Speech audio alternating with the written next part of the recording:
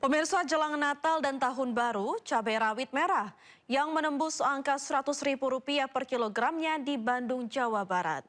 Sementara di Ngawi, harga cabai rawit naik 2 kali lipat dari harga normal.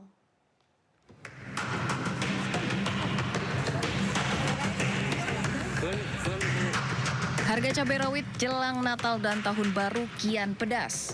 Seperti yang terjadi di Pasar Kosambi, Kota Bandung, kenaikan signifikan terjadi pada komoditi cabai rawit dari Rp60.000 menjadi Rp100.000 per kilogram. Hal serupa juga terjadi pada sayuran lain seperti tomat dari Rp12.000 menjadi Rp15.000 per kilogram, serta jagung manis dari Rp12.000 menjadi Rp14.000 per kilogram. Menurut pedagang, kondisi ini terjadi akibat minimnya pasokan dan cuaca buruk hingga petani gagal panen. Kurang pasokan, banyak hujan. Kurang pasokan. Ini udah terjadi berapa lama, Bu? Ada sebulan nih. Sebentar ya.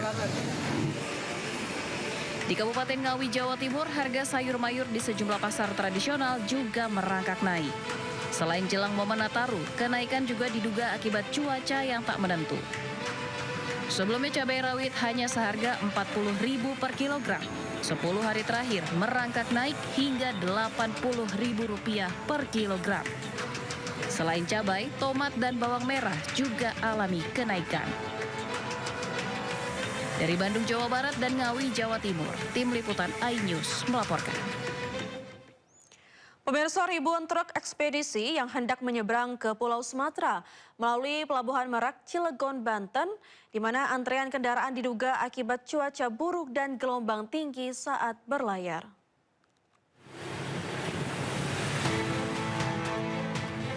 Antrean ribuan truk ekspedisi yang hendak menyeberang ke Pulau Sumatera terjadi di Pelabuhan Merak, Cilegon. Antrean sudah terjadi di jalur Cikuasa atas yang dijadikan kantong parkir kendaraan akibat tidak tertampungnya kantong parkir di dalam pelabuhan. Diduga antrean kendaraan terjadi akibat cuaca buruk dan gelombang tinggi yang melanda Selat Sunda sehingga menyebabkan berkurangnya kapal yang beroperasi di 7 dermaga.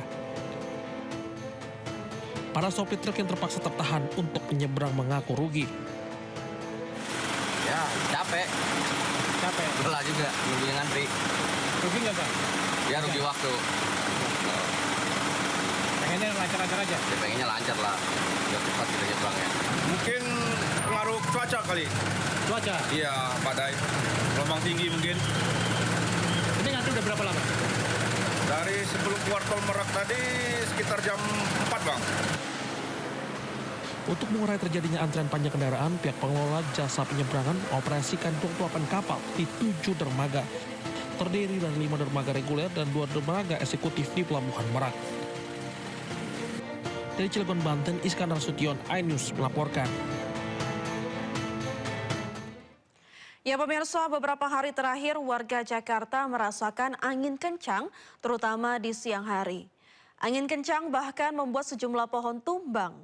Warga resah saat beraktivitas di luar ruangan.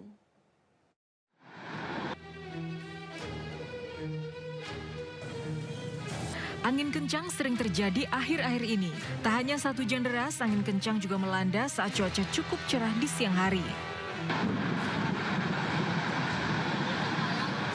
Bahkan akhir pekan lalu bukan lagi angin kencang, tapi puting beliung melanda wilayah Jakarta Utara.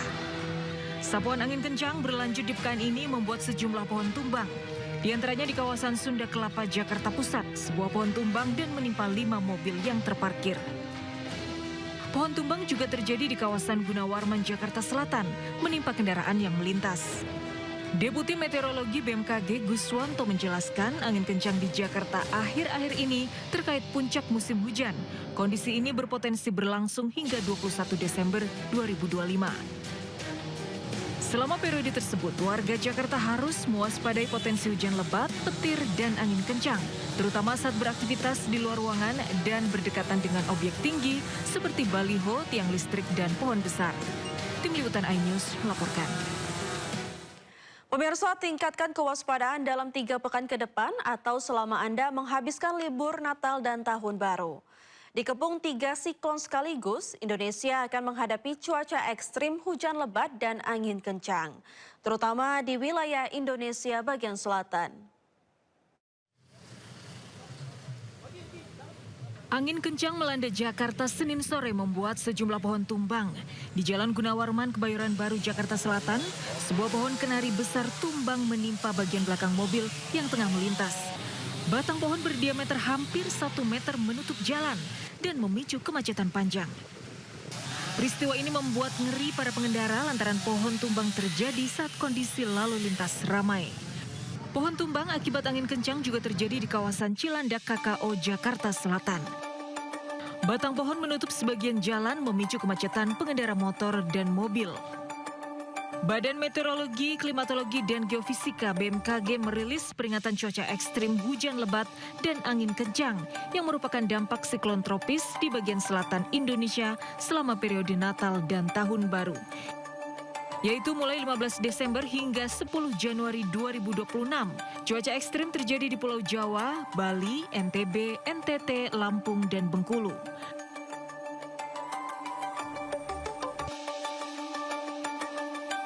Masyarakat yang akan berwisata selama periode Natal dan Tahun Baru harus meningkatkan kewaspadaan, terutama di wilayah-wilayah rawan bencana banjir dan tanah longsor.